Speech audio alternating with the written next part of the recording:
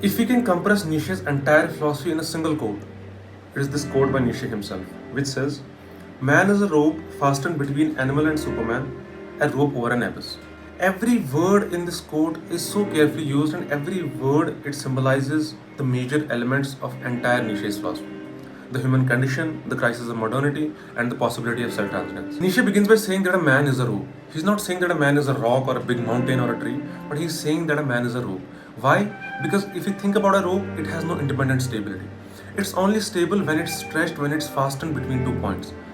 Only under this constant tension it remains stable. So this rope, it symbolizes that constant tension within human beings between yes and no, between instinct and reason, between conformity or herd mentality and individuality, between comfort and creativity. Nietzsche के हिसाब से जो human existence है, it's not static or fixed, but it's ever changing. We are the creatures who are on this constant process of becoming.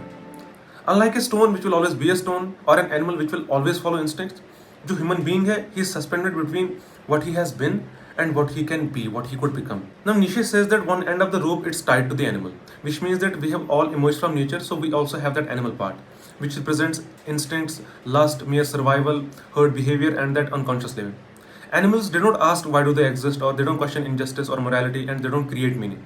They just simply want to live according to their instincts. But humans, on the other hand, we have instincts but also self-consciousness, and that is what creates the conflict.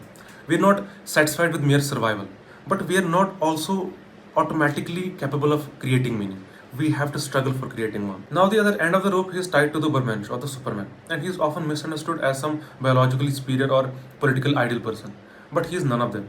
He is simply the one who overcomes himself. He is not the one who only resists or rejects, but he is the one who creates. He transforms his suffering into strength, his freedom into responsibility, and his chaos into creativity. So he represents that humanity's unrealized potential. Now this rope, it's dangerous because it's tied and stretched over an abyss. And abyss here, it represents that uncertainty, that nihilism, meaninglessness, and that moral and existential emptiness. So अगर आप एक ही जगह पे खड़े हो, if you are stagnant, if you are fixed, you will lose your balance and you will fall into the abyss. So to maintain your balance, you have to start moving and you have to keep moving. And that's what Nietzsche's entire philosophy sums up to. To keep moving on this endless quest of becoming, of overcoming, of transforming. This also resembles Al-Ghazali's hierarchy of being, where at the bottom are the animals, then the human beings, and then the angels. Angels हमेशा angels ही रहेंगे और animals हमेशा animals ही रहेंगे. Only the humans with the use or misuse of their creative energy can either transcend to the angelic realm या वो animals से भी नीचे चले जा सकते हैं. Think about it. I'll see you in the next video. Thank you so very much.